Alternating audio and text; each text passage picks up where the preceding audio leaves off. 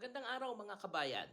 Welcome po sa isang edisyon ng Health Real Talk kung saan hindi lang medical terms ang pinag-uusapan kundi ang totoong nangyayari sa ating mga buhay bilang OFWs, frontliners at simpleng tao na nagmamahal sa sariling kalusugan. Ako po si Arlene at ngayong araw pag-uusapan natin ang isang kalabang tahimik, mabilis umatake, pero minsan habang buhay ang epekto. At ito ang tinatawag nating stroke. Ano nga po ba ang stroke? Ito ay isang medical emergency kung saan nawawalan ng supply ng dugo ang parte ng ating utak dahil sa barado o pumutok na ito. Kapag walang oxygen ang brain cells, mamamatay sila at minsan kasama ang alaala o yung memorya na tinatawag pagsasalita o pagkilos. Tandaan, time is brain. Sa bawat segundo may brain cells na namamatay. May dalawang klase ng stroke. Una, ischemic o baradong ugat at ito ang karaniwan. Pangalawa, hemorrhagic, pumutok na ang ugat at ito ang mas delikado. Ano-ano ang mga signs ng stroke? May tinatawag tayong B fast. B stand for balance, biglang pagkahilo o pagkawala ng balance. E, eyes, malabong paningin o double vision. F, face, may tabingi sa mukha.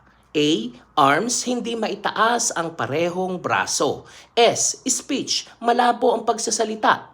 T, time, oras na para tumawag ng tulong or emergency services. Ano ang mga risk factors? Una, high blood ka, diabetes, high cholesterol, smoking, lack of exercise, stress. Oo, kasama ka dito, kabayan. Alak at unhealthy lifestyle.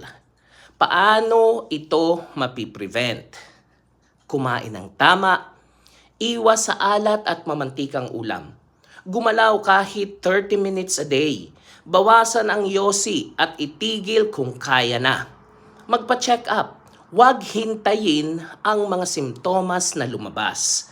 At syempre, konting reset sa isip at damdamin.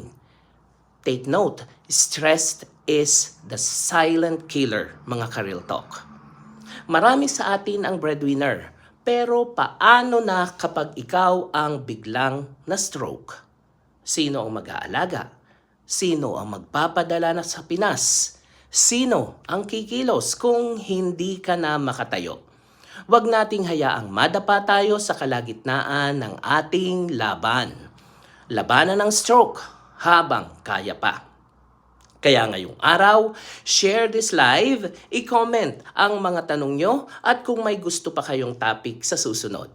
At kung may nararamdaman ka na nakakaiba sa katawan mo, huwag mo lang i-google.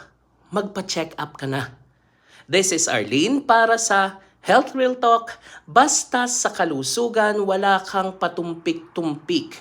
Buhay natin ito, mga kabayan. Till next time, ingat kayo lagi. Bye.